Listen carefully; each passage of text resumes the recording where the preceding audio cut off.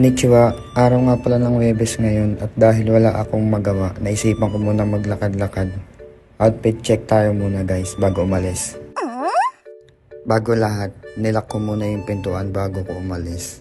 Naglalakad na nga ako dyan, bigla akong napansin na trick pala yung araw. Saktong-sakto, buti na lang nag-shades ako. Hinihintay ko na nga lang palang umakyat yung elevator dyan guys para makasakay ako. At sa wakas, eto nga, nakasakay na ako ng elevator pababa ng aming building. At kung makikita nyo guys, eto nga pala yung lugar na tinitiran ko dito sa Japan. Sa mga hindi nakakaalam guys, summer na pala dito sa Japan. Habang naglalakad nga kami, eto tuwan-tuwa na naman ang nanay ko dahil nakalabas na naman siya. And guys, sa mga hindi pala nakakaalam, kahit pala summer dito ay malamig pa rin sa Japan. Malapit na nga pala kami sa aming pupuntahan at nandito na nga kami sa stoplight. Na kahit walang sasakyan ay hindi ka pwedeng tumawid basta-basta guys. Kailangan naka-green muna siya bago ka tumawid. At once na nilabag mo pala yung policy nila dito sa Japan guys, magpe-penalty ka. Andito na nga pala kami sa aming unang pupuntahan guys. Sa mga hindi nga pala nakakaalam, dito nga pala kami namimili ng mga damit namin na ginagamit namin sa araw-araw. Dahil sobrang gaganda at sobrang quality ng mga damit dito guys. And take note guys, hindi na nga pala nagkakalayo yung presyo niyan dito sa mga recycle sa Japan.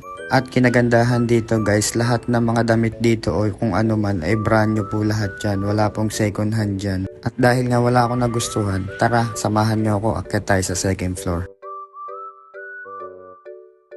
At ito nga pala agad yung bumungad sa akin guys pag akyat ko dito sa second floor. Sino bang hindi magpapabudol pag nakita mong ganyan kagaganda lahat? Meron nga pala akong nakitang wallet dito guys, mukhang mabubudol na naman ako. Ito nga pala yung mga damit at mga short or pantalon nila dito guys. Take note guys, meron nga rin pala silang mga jacket dito na binibenta sa store. Hindi na nga pala nakatiis dyan si mama guys at namili na rin siya ng mga ipapasalubong niya daw sa Pilipinas. Ito nga at meron na rin akong napili.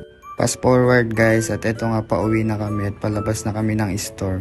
Bago nga pala kami umuwi, dumaan muna kami dito sa bilihan ng mga juice at kape guys. Kung makikita nyo, ito nga nagkakape muna ako habang inihintay ko si mama. Fast forward guys, dumaan nga rin pala kami dito sa Koen at ito nga agad yung bumubungod sa amin. Sa mga hindi nakakaalam, ito nga pala yung palaruan ng mga bata sa Japan. Dahil nga nasa labas na rin ako, dumaan na rin pala ako ng grocery para makabili ng aming makakain sa tanghalian. Ito nga at kumuha na rin ako ng basket at pumasok na rin ako sa loob ng grocery store guys. Grabe, ang sasarap talaga ng mga tinda nila dito. Mas lalo tuloy ako nagugutom. At eto nga, at nakapili na ako ng aking unang bibilin. Eto rin pala yung ibang tinda nila dito sa store guys. Meron mga puset, barbecue, at kung ano-ano pa.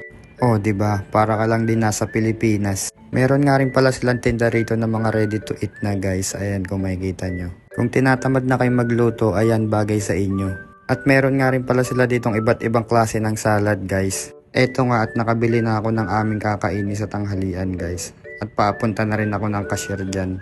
Take note guys, self-service nga pala yung counter dito sa Japan kung makikita nyo. Ang tawag nga nila dito, kuha mo, bayad mo. Hehehe.